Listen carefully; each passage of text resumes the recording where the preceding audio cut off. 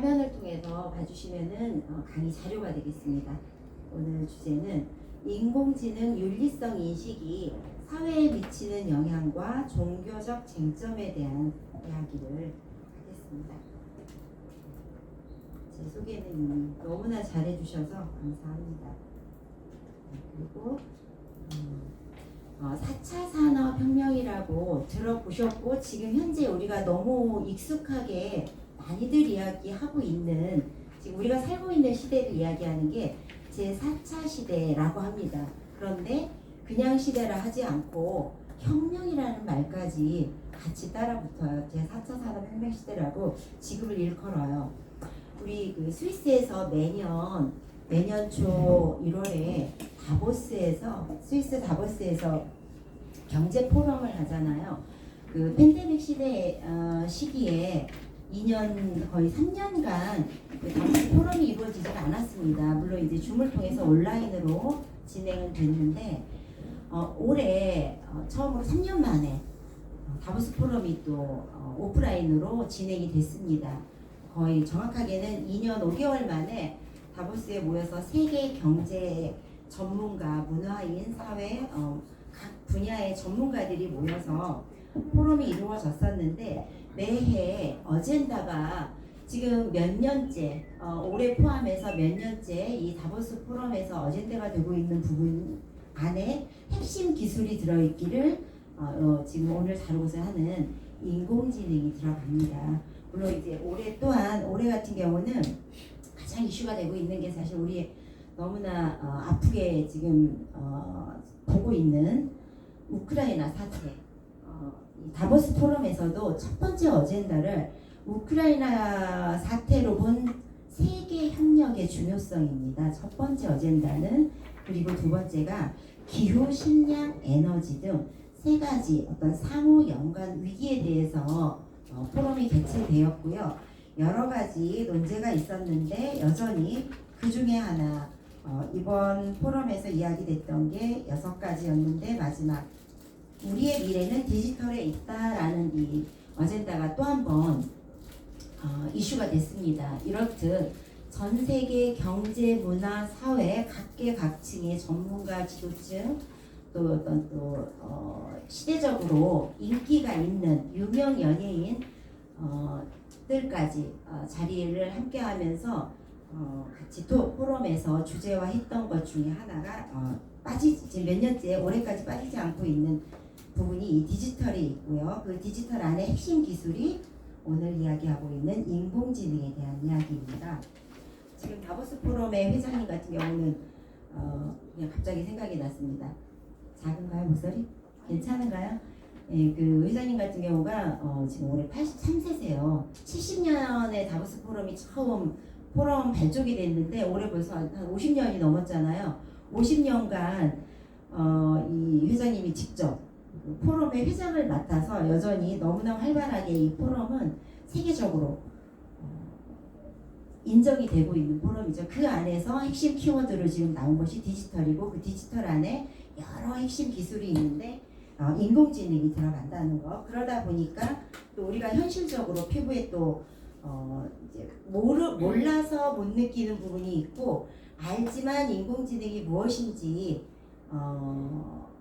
이것이 인공지능이었나라고 되려 알고 나니 그랬구나. 내가 이미 인공지능을 다 경험하고 있고 내 몸에 어딘가에 웨일러브를 하고 있고 다들 알고 계신 부분입니다. 어려운 부분은 아닙니다. 처음에 쉽게 어렵지 않게 해달라는 이야기를 하셨는데 전혀 그렇지 않고요. 네, 한번 4페이지 보면은 제4차 산업혁명에 대해서 잠깐만 한번 이야기를 할게요. 이미 이야기는 했는데 4차 산업혁명이라는 용어 자체가 학술적으로 사실 공인된 용어는 아닙니다. 현재 거대한 기술의 발전 및 변화의 흐름을 설명하기 위해서 그 한 용어 중 하나일 뿐이고요. 나라마다 이 4차 산업혁명을 지칭하는 말이 달라요. 독일에서는 인더스트리 4.0이라 하고요. 미국에서는 디지털 트랜스포메이션이라고 합니다. 일본에서는 소사이어티 5.0이라 하고요. 우리나라는 그런데 4차 산업혁명이라고 우리가 이렇게 광범위하게 이야기를 하고 있습니다. 그 혁명이라는 이름을 넣은 이유는 정말 속도가 빛과 같이 너무나 빨라서 무서울 정도로 이 변화의 속도가 너무나 크기 때문에 우리나라에서는 4차 산업혁명이다라고 지금 시대를 이렇게 지칭을 하고 있습니다. 그래서 방금 이야기했듯이 4차 산업혁명 기술의 핵심 기술들, 저는 인공지능을 이야기하려고 하지만 여러 기술들 중에 빅데이터 들어보셨죠? 지금은 데이터 시대잖아요. 데이터를 누가 얼만큼 많이 가지고 있느냐에 따라서 이 지구상에서 승자가 될 수 있는 시대가 되었다고 합니다. 그래서 우리 어디 하나 가입을 하려고 하면 뭐 하나 물건을 사려고만 해도 온라인이라든가 오프라인도 요즘에는 개인 동의를 사인하지 않으면 기회가 내게 기회 자체가 주어지지 않습니다. 그 이유는 이 거대 기업들, 이제 예를 들면 구글이라고 할게요. 구글은 지금 데이터 하나로 세계에서 가장 큰 거대 포털 사이트가 되었잖아요. 구글뿐만이 아니라 지금 모든 기업들이 데이터를 많이 가지고 있는 기업 자체가 승자이다 보니까 우리가 모든 거에 사인을 해야 하고 가입을 해야 하고 동의를 해줘야만 그 다음 챕터가 넘어가는 지금 시대에 살고 있습니다. 그게 바로 이제 핵심 기술 중에 하나인 빅데이터입니다. 블록체인, 다 아시죠? 블록체인, 3D 프린팅, 또 자율주행 자동차. 우리 선생님들 차 좋아하시잖아요. 지금 현재 우리가 타고 있는 자율주행 자동차는 이제 레벨로 하면은 2레벨 정도가 됩니다. 그런데 정말 문제가 됐을 때 이 레벨은 완전한 자율주행 자동차, 사람이 운전하지 않고 완전히 기계가 운전하는, 인공지능이 운전하는 그 세대를 4레벨이라고 해서 완전한 자율주행 인공지능 그 레벨을 장착한 차가 됩니다. 이제 그런 부분을 4차 산업 핵심 기술이다라고 합니다. 인공지능, 그 중에 인공지능 영상을 좀 더 이해를 돕기 위해서 영상을 하나 한번 보려고 합니다. 3분짜리 보셨죠? 이미 알고 계셨고 이미 보신 분들도 계시겠지만 우리가 오늘 쟁점화하려고 하는 부분이 지금 사회, 법, 교육 이러한 분야를 떠나서 종교계에 이미 인공지능 로봇이 출현을 해서 사찰에서 우리 신자들을 만나고 있다는 것, 이게 지금 현실이라는 거죠. 인공지능이라는 것이 기술이 발전을 했는데 발전이 되어서 어떠한 순기능을 하기 위해서 만들어졌지만 이제 앞으로 우리의 미래는 예측은 해보죠. 우리가 예측은 해보는데 순기능만 할 건지 아끼는 걸 또 같이 할 건지 그런 부분들이 이제 다음 챕터에서 또 이야기가 나오겠지만 지금 보셨듯이 일본의 사찰에서는 400년 된 그 교토 사찰에서 민다르라는 스님이 나와서 설법을 합니다. 그런데 처음에는 좀 낯설어 했어요. 신자들이 너무나 낯설어 했고 2m 키에 기계죠. 기계가 나와서 이야기를 하는데 중요한 건 10분, 20분이 지나고 나니 이 신자들이 눈물을 흘리고 같이 합장을 하고 거기에 이제 그 화답이라고 해야 되나요? 거기에 돈을 놓고 나가고 그렇게 가는, 이게 지금 이미 일본에서 벌어지고 있는 현 상황이고요. 일본뿐만이 아니고요. 중국에도 중국의 스님이 또 있습니다. 로버트 스님이 있는 상태로 신자가 중국 스님이라고 할게요. 중국 로버트 스님한테 지금 너무 내 상황이 힘이 들어서 죽고 싶다라고 이야기를 합니다. 그랬을 때 중국 스님, 로버트 스님은 뭐라고 이야기를 하냐면요. 제가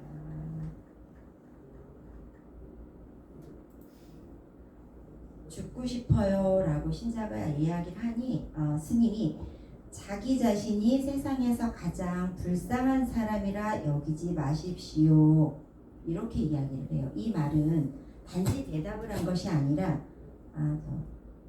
53에 있습니다. 그냥 대답이 아니라 그 신자의 아픔을 생각하고 죽고 싶다는 말에 대한 화답이라는 거죠. 즉 하고 싶은 이야기를 로버트가 하고 있는 것이 아니라 화자에 대한 답을 하는 거예요.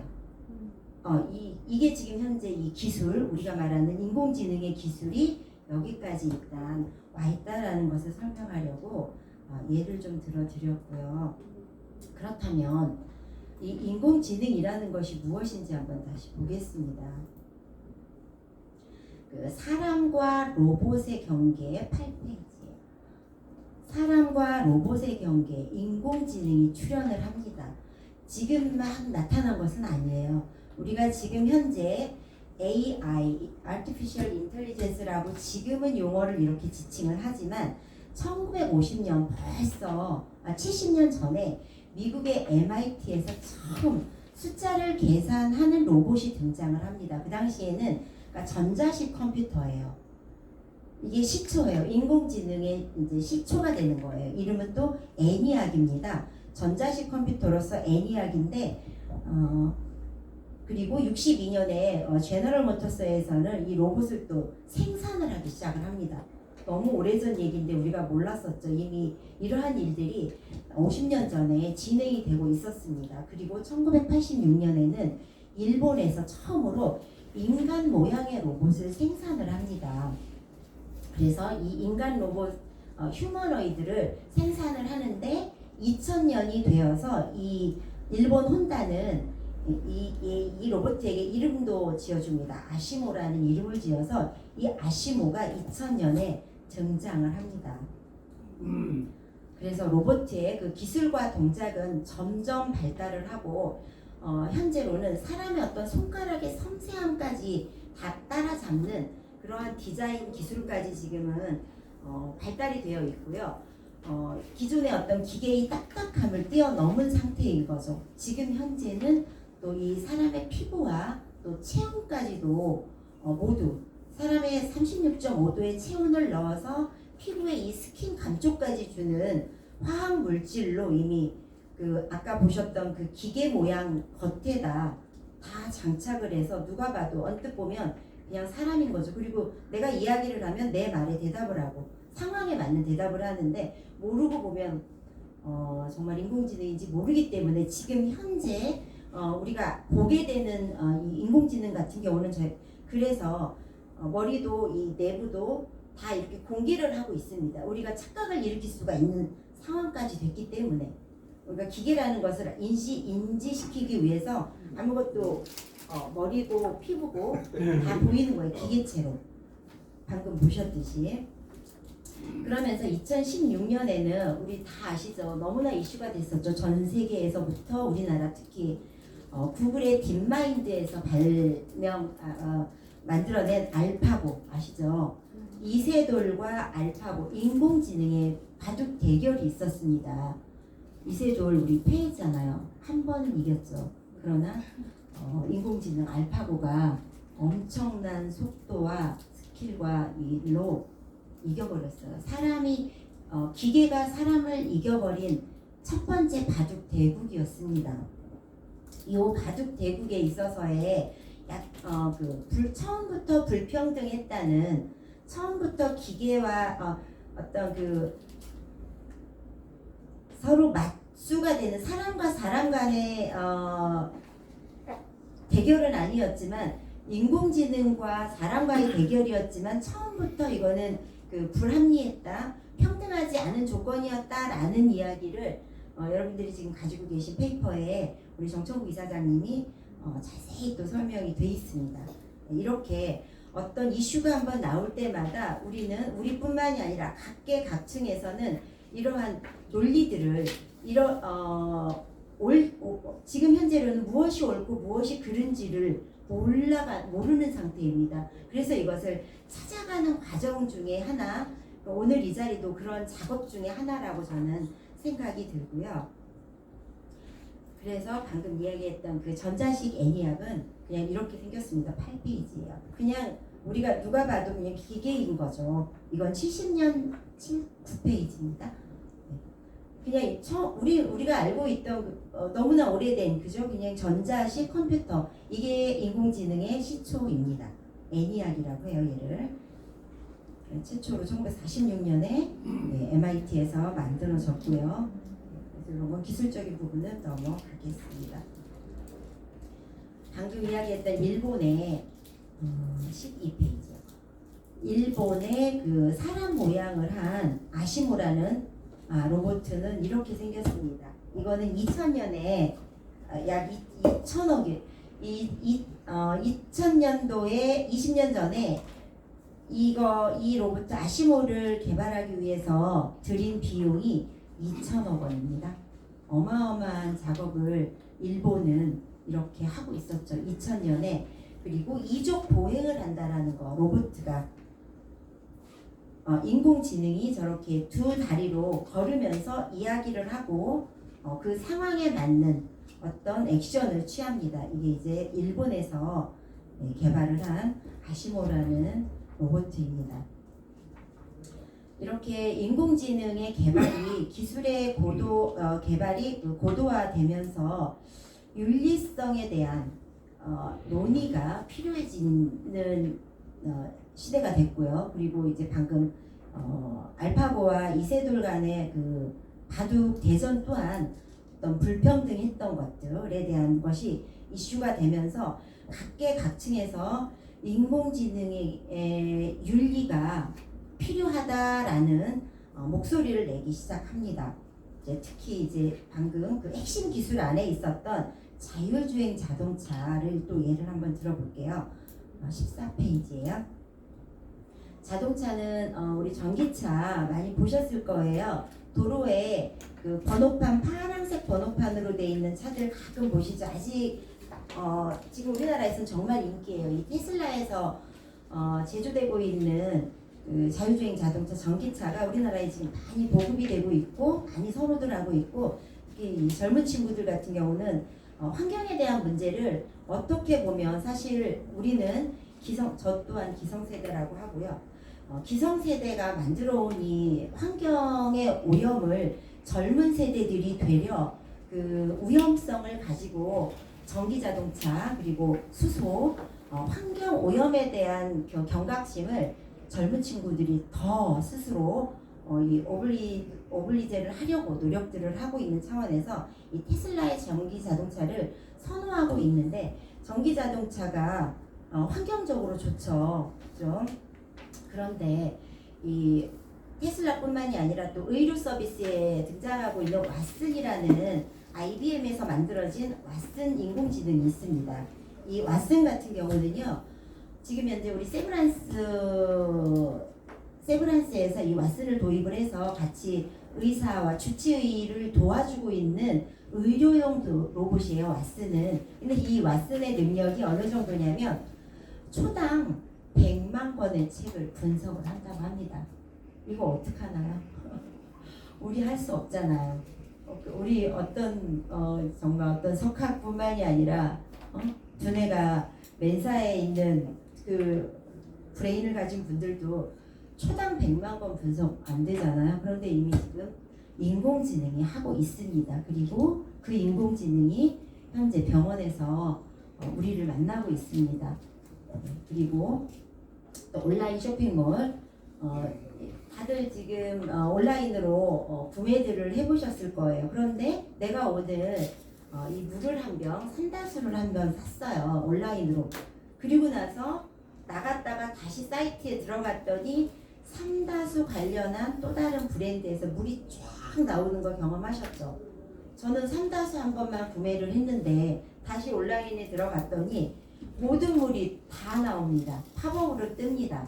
그만큼 내 정보는 이 인터넷 자체가 제가 인터넷을 설사 이용하지 않았다 해도 위성으로 선생님들뿐만이 아니라 여러분들이라는 말이 우리가 걸어 다니고 있는데 지금 위성에서 이미 나를 다 찍고 있습니다. 그쵸? 그러잖아요. 그죠? 공개하지 않을 수가 없어요. 아무리 숨겨도 숨겨지지 않습니다. 걸어 다니는 순간 위성으로 나를 잡고 있지만 우리 또 이번에 팬데믹을 겪으면서 더더욱 2년 3년간 온라인 택배 정말 발달이 되기도 했고 모든 사업이 사양으로 갔다 해도 배달 사업만은 호황을 또 가졌었죠. 그렇게 이 온라인에서는 내 정보를 이렇게 데이터화를 합니다. 그래서 우리 그 핵심 기술 안에 이제 빅데이터가 또 있었죠. 저 스스로 우리 소비자들 아니면 선생님들 저 일반인 개인은 걸어 다니면서 내 정보를 계속해서 어느 기업에 어느 정부에 어느 곳에 계속 저는 이제 저 스스로 주고 있는 겁니다. 이렇게 온라인 쇼핑 플랫폼뿐만이 아니라 다양한 소셜 네트워크 서비스, 구글 맵 쓰고 계시죠? 아니면 네이버 맵도 쓰실 거고, 티맵도 쓰시고, 또 페이스북 많이 하고 계시잖아요. 또 인스타그램도 하고 계실 거고, 또 집에서 넷플릭스 보고 계시죠? 넷플릭스 또한 그 넷플릭스라는 거 안에 인공지능이 탑재되어 있습니다. 그래서 내가 어떤 영화가 좋아서 평소에 내가 좋아했던 어떤 액션이 좋았어요. 그래서 액션 영화를 한번 봤는데 그리고 나서 그 다음에 다시 이제 넷플릭스를 열어봤더니 제가 좋아하는 모든 액션이 다 나옵니다. 그만큼 이 안에 있는 인공지능이 그 안에 보이지 않는 인공지능 넷플릭스 안에 또 인공지능이 들어가서 저의 정보를 가지고 제가 좋아하는 거를 서치를 해서 알려주는 거죠. 우리는 이미 모든 너무 많이 지금 인공지능에 노출이 돼 있는데 몰랐던 거죠. 뭐 유튜브 선생님들 많이 보시잖아요. 유튜브 또한 그렇지 않나요? 제가 뭐 어떤 사이트 하나 보고 나면 그 다음에 다시 열었을 때 비슷한 사이트 쭉 열리죠. 이게 바로 이제 유튜브 또한 이 안에 이제 인공지능이 탑재가 돼 있어서 저의 정보를 가지고 딱 고객이 접속하는 순간 그 고객에게 맞는 정보를 계속해서 노출을 시켜주는 거죠. 이게 바로 우리가 현재 경험하고 사용하고 있는 인공지능입니다. 그래서 이제 이런 기계적인 것을 이 텍스트로 보는 것보다 한번 또 영상을 통해서 한번 보시는 것도 선생님들에게 이 처음부터 만들어지는 것 자체가 이 인공지능을 개발하는 것은 인간의 삶을 좀 더 풍요롭고 행복하고 이러한 순기능을 하기 위해서 만들어진 게 맞습니다. 그래서 여기 20페이지 한번 열어봐 주실래요? 재밌는 영상 한번 같이 시청을 할게요. 앞에 화면 한번 봐주세요. 이 글을 자막을 읽어주셔야 되는데 글 보이나요? 자막? 네. 네. 지금 보셨듯이 인공지능끼리 싸움을 하잖아요. 이제 귀여운 싸움이었죠. 이제 도서관에서 그 안내 로봇이라고 해요. 이런 경우는 중국에서 개발한 로봇이고요.